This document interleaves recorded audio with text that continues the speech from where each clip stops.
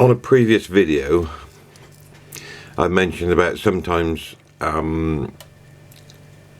you can't get the correct size torsion spring. Now a good example of this is some of the JUF clocks and some shats. Some take 0035 and some take 0040. Some take in between. If you can't get it regulated to the correct timekeeping, then you may need to change the spring to a smaller one, a thicker one, or if you can't get the right size one, you need to thin it.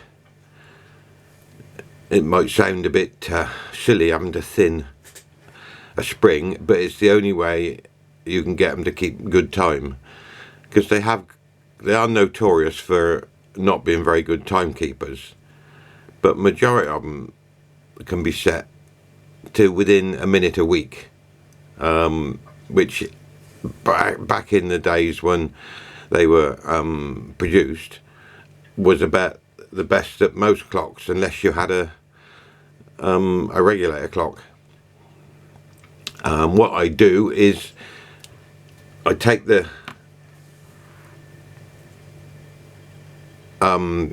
top block and the fork off, so you end up with a piece just like this. This is a gash spring, it's not one that's being used, and I make up this.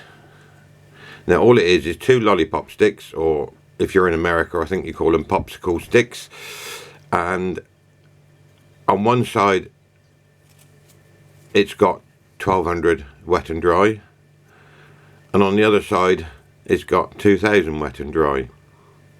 And all I do is get hold of the bottom block, put it between the two sticks, pinch them together, not too tight but just enough to hold it, then rub it through a few times. You'd be surprised how much that takes off. Just keep rubbing it half a dozen times, and then turn the sticks over and do the same with the 2000. The 2000 hardly takes anything off at all, it just puts the shine back on the torsion spring.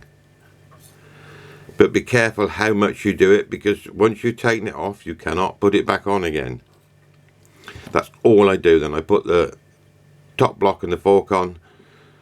The ideal place is if you've got the pendulum in mid-travel between fast and slow, and then regulate from there, because you'll find it a lot easier than doing it from fully fast or fully slow. So try and keep it in the middle of the adjustment. What I normally do, depending on how fast it is or how slow it is, whether I change the spring or thin the spring, but I normally do 1200 between 5 and 10 times, and then just a couple of times with the 2000, and I check it. If it needs doing again, you just take the top block and fork off and do it again.